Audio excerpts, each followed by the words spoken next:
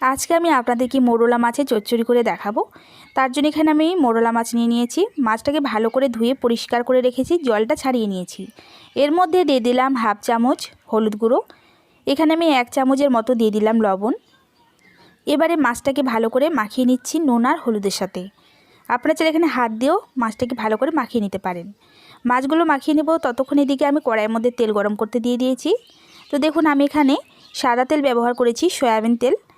এরপরে তেলটা গরম হয়ে গেছে, এখানে আমি মাছগুলোকে একে একে দিয়ে দিচ্ছি।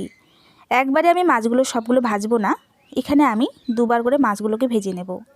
তো এভাবে মাছগুলো দিয়ে দেওয়ার পরে দেখুন আমি এক পিঠ এভাবে উল্টে দিচ্ছি। ভালো করে আমাদেরকে মাছগুলোকে কড়া করে ভাজতে হবে, বেশি আবার পুড়িয়েও দিবেন না। দেখুন এখানে কিন্তু আমি মাছটা ভেজে নিয়েছি কড়া কড়া করে, দেখলেই বুঝতে পারবেন মাছটা কিন্তু ভালো করে ভাজা হয়ে গেছে। এইভাবে কড়া কড়া করে ভাজা হয়ে গেলে আমরা মাছগুলোকে একে একে তুলে নেব।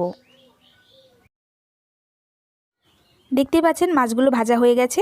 এবার আমি মাছগুলোকে তুলে নিচ্ছি। এই রেসিপিটা আমি মোরলা মাছ দিয়ে করছি, আপনারা চাইলে এখানে পুঁটি মাছ বা ডেরা মাছ দিয়েও কিন্তু করতে পারেন। এরপরে বাকি যে মাছগুলো ছিল সেগুলোকেও আমি তেলের মধ্যে দিয়ে ভালো করে কড়া করে ভেজে নেব। দেখুন পরের মাছগুলোও ভালো করে আমি কড়া করে ভেজে নিয়েছি, এগুলোও ভালো করে তুলে নিচ্ছি। মাছগুলো তুলে নেওয়ার পরে কড়াইয়ের মধ্যে আমাদেরকে আবারও সামান্য তেল দেওয়ার পরে তেলটা গরম করে নিতে হবে। এর মধ্যে আমাদেরকে এবারে কুচি করে কেটে রাখা পেঁয়াজ আর কাঁচা লঙ্কা দিয়ে দিতে হবে। এখানে আমি দুটো মাঝারি সাইজের পেঁয়াজ কেটে নিয়েছি কুচি করে। আর দেখুন এখানে লঙ্কার পরিমাণটা একটু বেশি দিয়েছি। লঙ্কার পরিমাণটা একটু বেশি দিলে কিন্তু ঝাল ঝাল ভাবটা আসে আর খেতেও ভালো লাগে। এরপরে কিছু গুঁড়ো মশলা ব্যবহার করব। সামান্য দিয়েছি এখানে হাফ চামচের মতো লঙ্কার গুঁড়ো, একটু আমি সামান্য মতো লবণ দিয়ে দিলাম, স্বাদ মতো কিন্তু লবণটা দিয়ে দিবেন। এরপর এখানে দিয়ে দিচ্ছি আমি দেখুন ধনে গুঁড়ো আর জিরে গুঁড়ো। এগুলো দেওয়ার পরে দেখুন আমাদেরকে ভালো করে পেঁয়াজ আর লঙ্কার সাথে মিশিয়ে নিতে হবে। সামান্য আমাদেরকে জল দিয়ে মশলাটাকে কষাতে হবে, জল না দিলে কিন্তু মশলাটা আমাদের পুড়ে যাবে। তো এইভাবে একটু সামান্য জল দিয়ে দিলাম।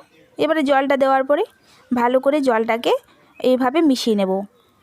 তারপরে দেখুন জলটা একটু শুকিয়ে গেলে এর মধ্যে আমাদেরকে ভেজে রাখা মাছগুলো দিয়ে দিতে হবে।